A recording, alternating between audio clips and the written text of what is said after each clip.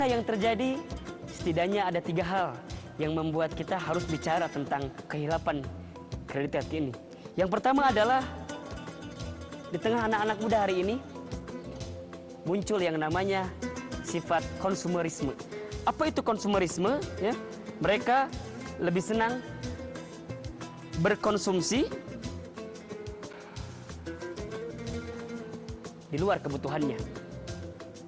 Mereka lebih mengedepankan hawa nafsunya, mereka lebih mengedepankan keinginannya dibanding kebutuhannya. Sehingga apapun mereka lakukan untuk mendapatkan apa yang mereka inginkan. Padahal secara kemampuan mereka belum sanggup dan mereka belum bisa untuk memenuhi itu.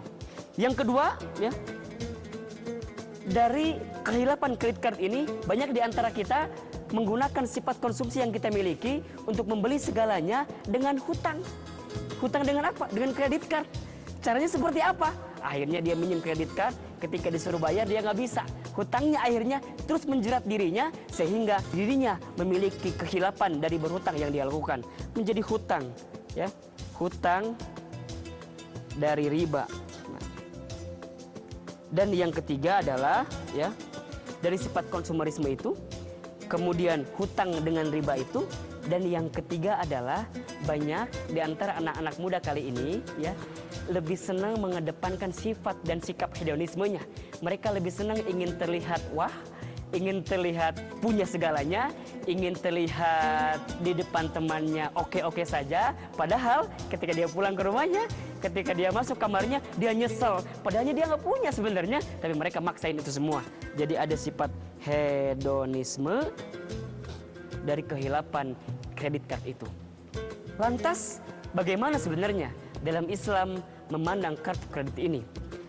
Untuk pembahasan kartu kredit ini saya akan kaitkan dengan proses pinjam meminjam uang dalam Islam. Dalam Islam sebenarnya dibolehkan kita meminjam uang. Kita mempunyai utang dibolehkan, tetapi jangan sampai hutang yang kita ambil, jangan sampai pinjaman yang kita ambil terjerat dalam kategori riba. Apa itu riba? Ya, ar-riba dalam kaidah bahasa artinya adalah az-ziyadah. Ya, az-ziyadah. Ya, apa tuh az-ziyadah?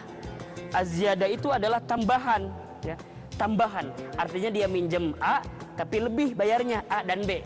Nanti insya Allah di pembahasan selanjutnya kita akan bahas bagaimana tuh riba tersebut.